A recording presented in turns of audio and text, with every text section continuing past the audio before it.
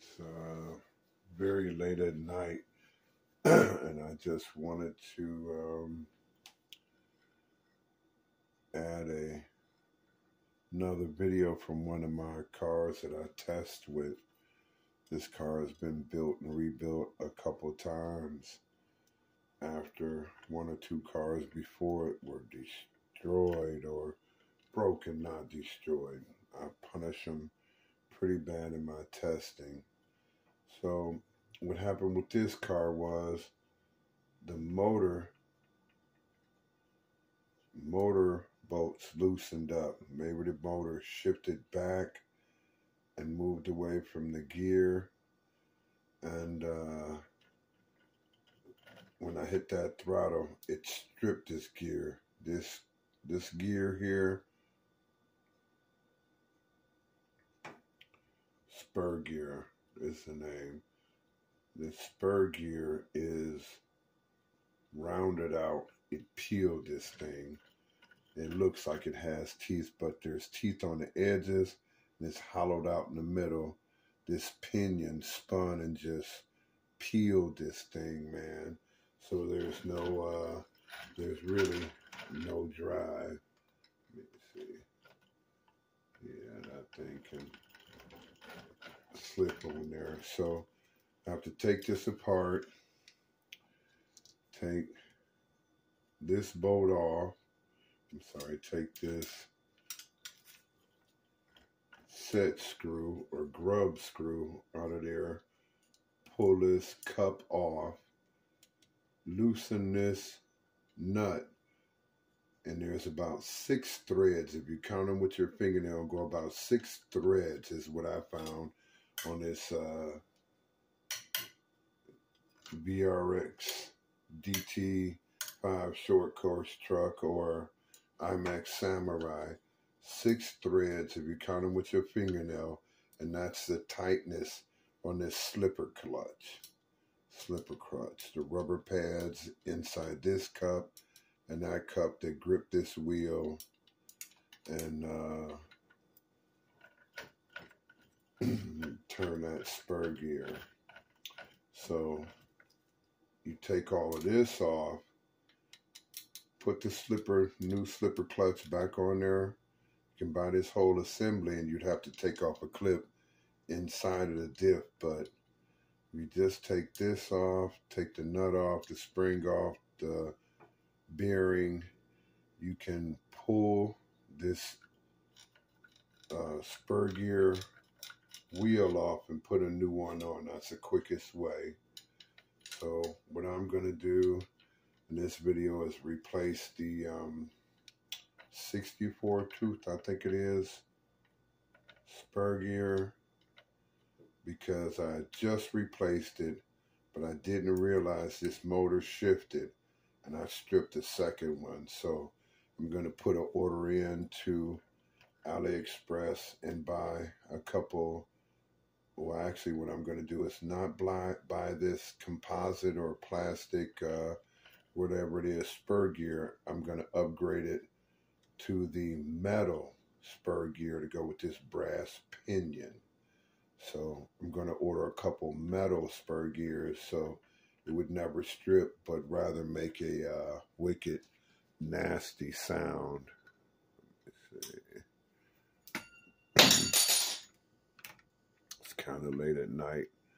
I'm tinkering, so sorry about the bad camera angle. But yeah, I'm going to go ahead and pull this off, pop a new plastic, because I have a couple from my old cars, and I ordered one a while back just in case, because this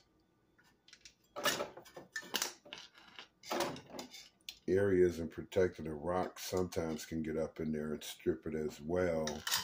But I think this was because this particular car,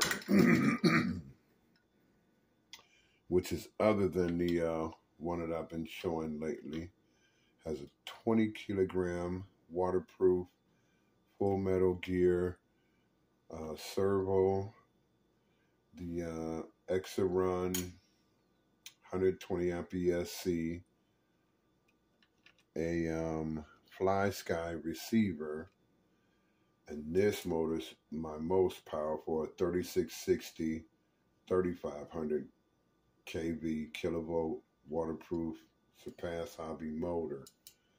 So after a year of testing, these were 3660 motors were the best. These are new to my testing. All metal gear,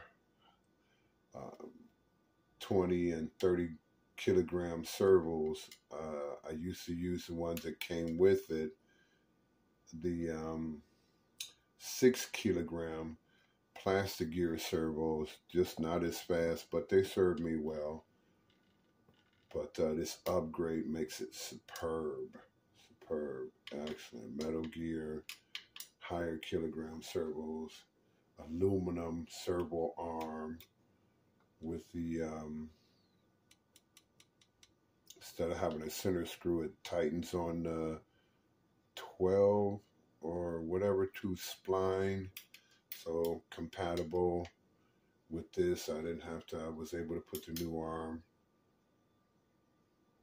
I didn't have to put the screw in. So totally upgraded. Aluminum arm, aluminum case, metal gear servo, 3660 brushless motor, and this is the one that precursored the car that I just posted all these videos for. But I love the Xerun, Xerun ESCs because they have a compact size. On this one, as you see the servo box, I've got the cover to keep this receiver dry, because it also, I believe, is not waterproof, and otherwise you have to crack them open and waterproof them yourself. But yeah, this was a car, the outcome of all these upgrades that made me start building with this electronics and wheels, entire setup. This is the conclusion of a lot of work and testing and absolutely destroying stuff to see just how tough this car was. That rear end, these axles, dog bones, stayed pretty straight on the front. I have can you see that? Definitely put a wobble in that one. Wobble in that when I beat this car up. Learned about shock tuning from my experiences. Shock tuning, wheel sizes, offset, and how important good electronics are. And a lot of recycling. This came off of WL Toys 104001. I don't know, the same. It just seemed nicer and wider. Snipped and trimmed for this side brace. An old fan off of ESC that I just epoxied onto this aluminum heat sink, and got a lot of practice soldering. And that's tape because this was, again, a lot of tests in my test vehicle, so I didn't solder and heat shrink that and make it a lot neater and perfect like everything else. This was a testing before I started building. Not perfect, but perfect cars, man. Yeah. This is what got me to where I am. So I'll stop babbling. This is the one that I've been running and using. The previous one you saw is the one that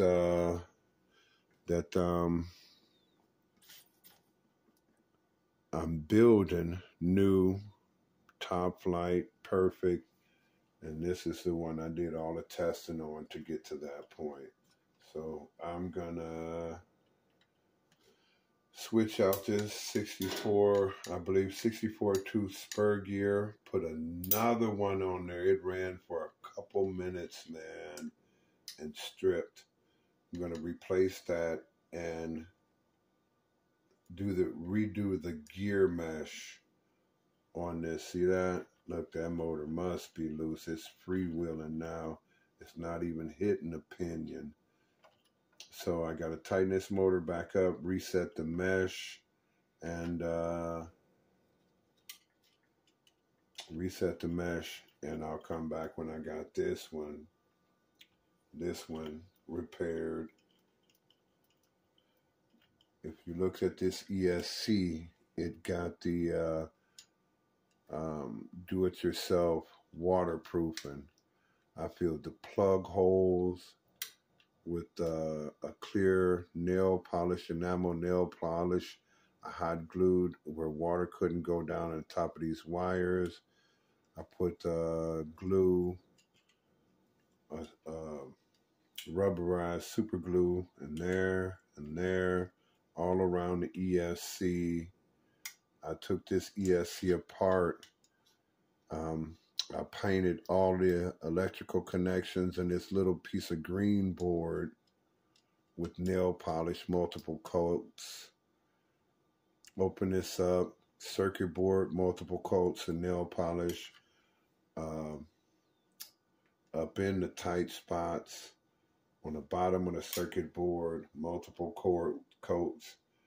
And when all that cured, I poured the base of the ESC case with nail polish, dropped it in there, put it all back together so that it would pot and cure in a bath of enamel to waterproof it. So I believe this one, I've run it through water, not through deep puddles, but it's a little better than splash proof and quite possibly waterproof, but it was done do it yourself. So, yep, this is my test vehicle.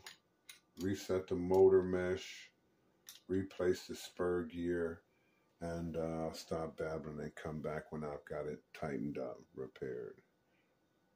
Like, subscribe. Thank you for watching.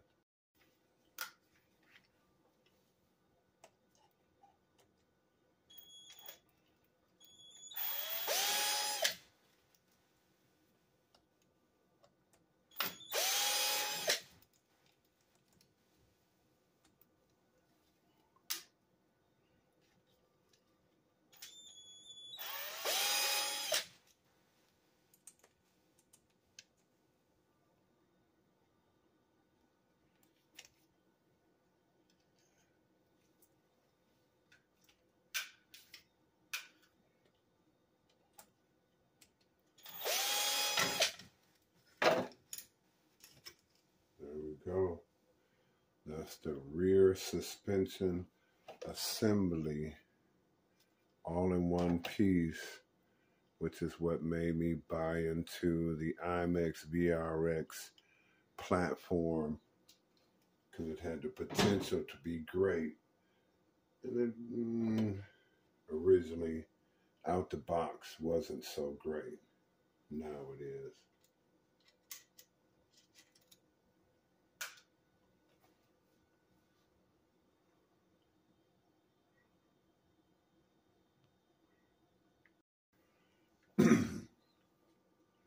Okay, so now, let's see.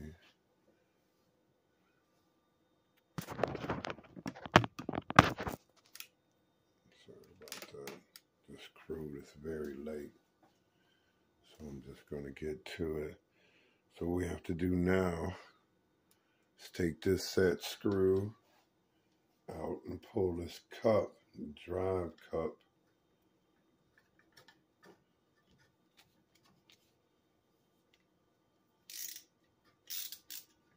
pull this drive cup off of here. I could leave it in there so I don't lose it.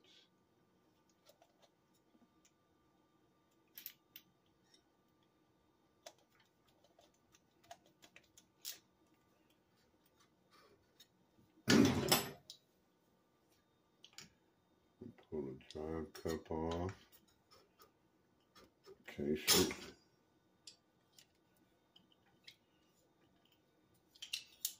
Never taking one of these apart. There we go. See? It's got the flat side locked tight. Can you see that? That screw. So that's the drive cup. Okay. And now this, let's see. Oh my God. Oh, too much.